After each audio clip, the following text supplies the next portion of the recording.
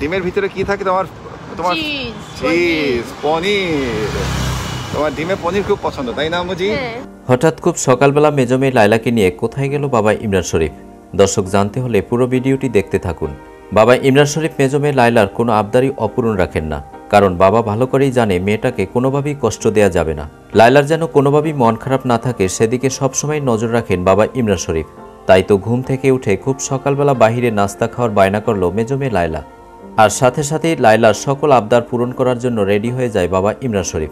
আম্মুজি, আমরা কোথায় যাচ্ছি? একটা ক্যাফে। কি করতে যাচ্ছি? খাবার খেতে যাচ্ছি। খেতে যাচ্ছি? হ্যাঁ। ব্রেকফাস্ট করতে যাচ্ছি? নাস্তা? নাস্তা। নাস্তা না ডিনার, কোনটা? নাস্তা। হ্যাঁ। খুশি? আমি খুব খুশি। ব্রেকফাস্ট খেয়েছো আম্মু? হ্যাঁ। মজা হয়েছে? খুব মজা। দর্শক, বাবা মেয়ের খুব সকালবেলার ভিডিওটি আপনার কেমন লাগলো অবশ্যই কমেন্ট করে জানিয়ে দিন। ভিডিওটি ভালো লাগলে আমাদের চ্যানেলটি সাবস্ক্রাইব করে আমাদের পাশে থাকুন। ধন্যবাদ।